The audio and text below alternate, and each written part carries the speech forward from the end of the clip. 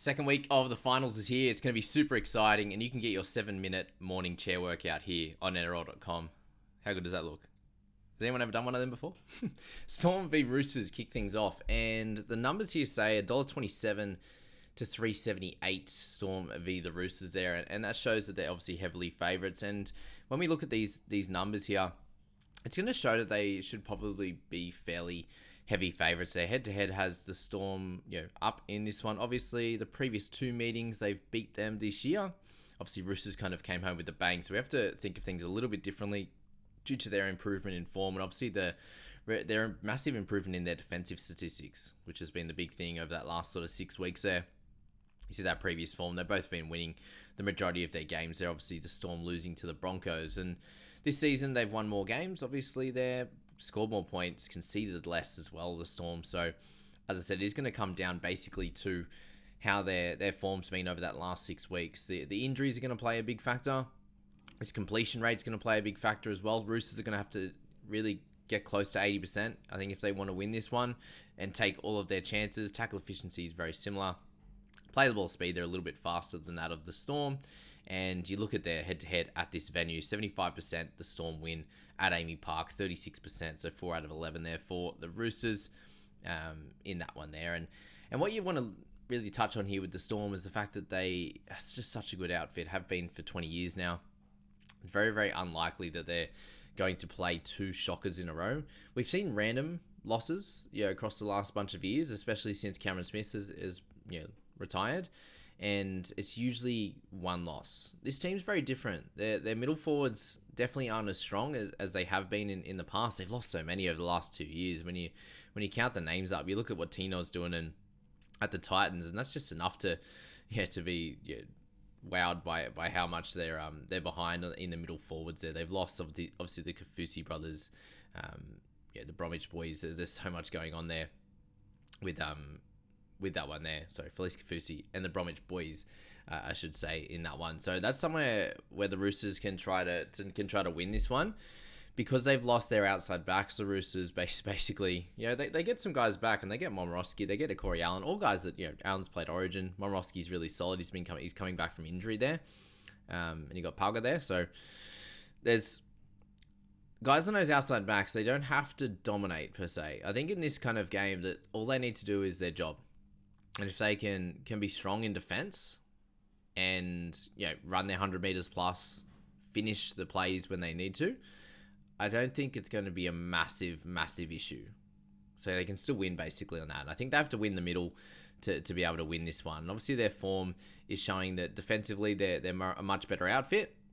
So if they can win the middle, I think the Storm can struggle a little bit in sort of that 30 or 40 in their defensive 30 or 40 there to try and score. They have the weapons. They played really bad last week, so you would expect to bounce back, and that's basically what you'd be hoping for. So let's jump into those team lists and just have a quick look there at the matchups. And as we say here, the outside backs for the Storm, they're nothing to write home about. Xavier Coates is out with injury, so Remus Smith comes back in, and good to see for him, because he was very solid all season, especially defensively, and that's going to help them out there.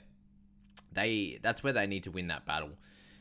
Defensively, obviously needs to at least be on par, but I think obviously in the attack, they have a little bit of a stronger outfit. Tedesco kind of outweighs all of them, to be fair. They're just get the job done kind of outside backs, and it's very similar in their forward pack for the most part. Kamikamica there, Liero and King, they're very much get the job done guys. Eli Katoa is a strike weapon, and you've got obviously Nelson there coming off the bench, who's that strike as well. You would look at their interchange for the Roosters and say that they're a little bit stronger at this point. Eisenhuth, McDonald, Sims at this point very much get the job done type of guys.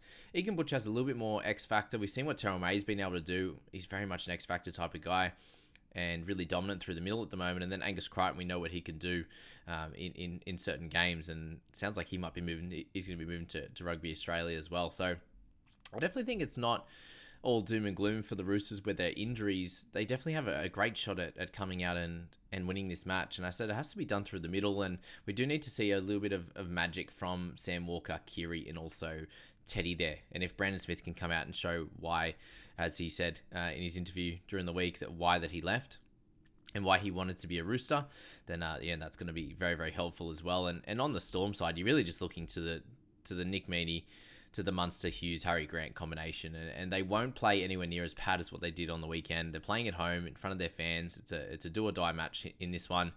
I think they'll be much better. I think they'll get the job done, but I think it'll be a little bit closer than we would have thought. We were saying in the review of that first week that we thought the Sharks would probably win that one. And they should have won that one the way that things panned out. Roosters had a few things not go their way, obviously, with injuries and having to move guys around, and that definitely played a factor in the Sharks being able to have a good chance of winning, along with the Teddy sin bin as well. So yeah, it won't go that way either. Whereas Sharks were just a better team. Well, they should have been the better team to win that one if they just converted and did things right. So yeah, it's gonna be a really, really fun game. I'm looking forward to it. Just watching how that middle goes, and obviously how the superstars and the Storm go. I think they'll definitely step up. Let me know what you guys think as well. For the Warriors and the Knights, it's gonna be a very, very fun matchup here. And if we look at this match to the numbers, head to head 23-22 for the Warriors over the Knights, and I can't believe they don't even have a photo here in that head to head. Very sad. Where's SJ? Previous meetings, the Knights and Warriors have got a win each this year, and that shows obviously Warriors are very, very good early on. Knights were better in the back end, but this showed a win from them earlier on in the season in April when the Knights weren't so good. They were kind of okay at that point, I suppose. Both teams coming in with different form lines. So the Warriors kind of struggling a little bit in their recent time, even in their wins or against lesser sides, and the Knights have been on the hot train.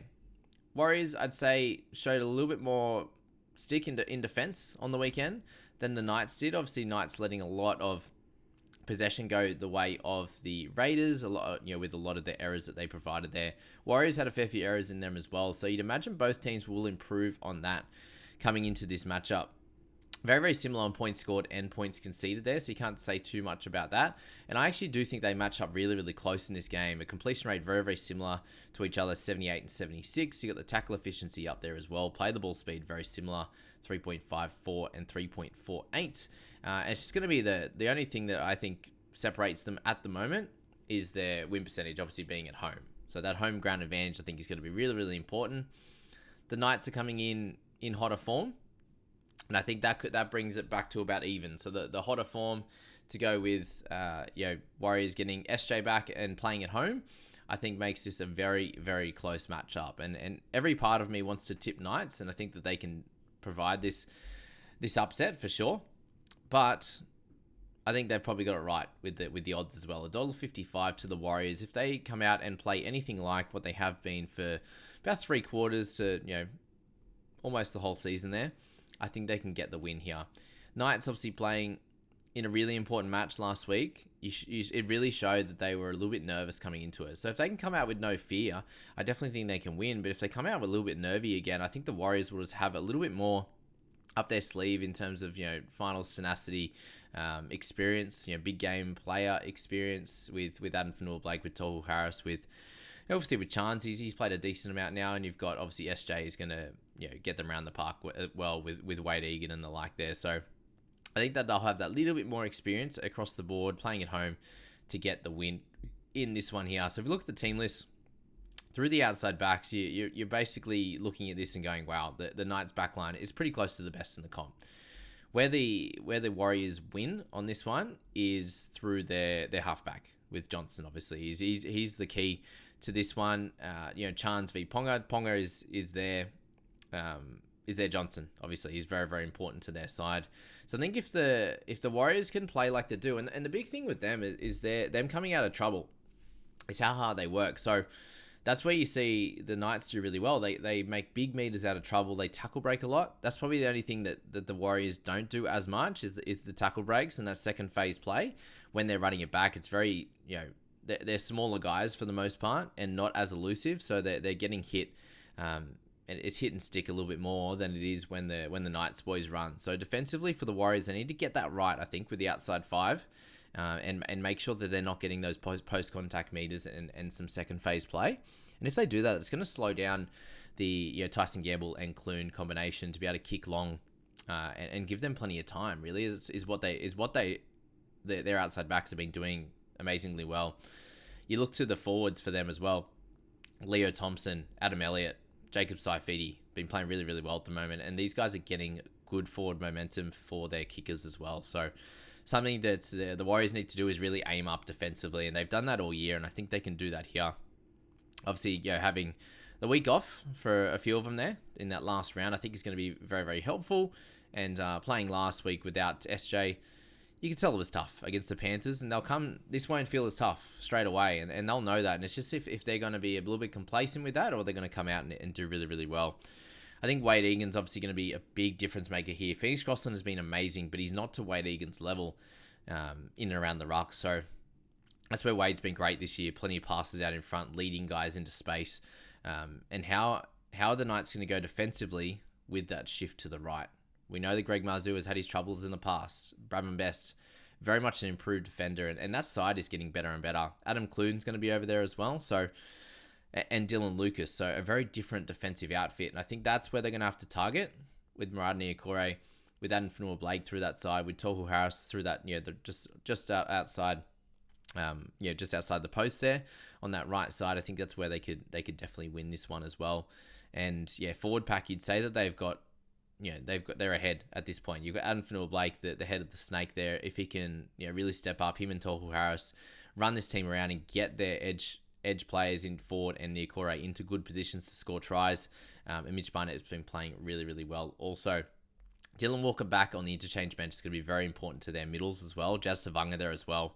You saw that, even just here, he got a little bit angry at Jackson Ford the other day, unfortunately there, but just shows that how much he cares, right? So those two guys back in there, Josh Curran, Bailey Siren, and there's plenty of options that they could use for different positions as well. So very good versatility in that bench. And then you got Mann, Saifidi, Hetherington, and Croker. So they're definitely ahead through the bench as well. So overall, you'd say they have a better squad.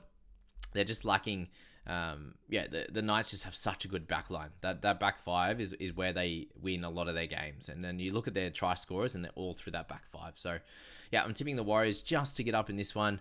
I hope it's a hectic game. I think it's going to be really, really close. And I hope it's great to watch.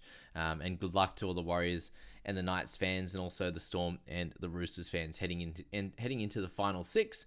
I can't wait to watch these games on Friday and Saturday, Arvo. See you guys.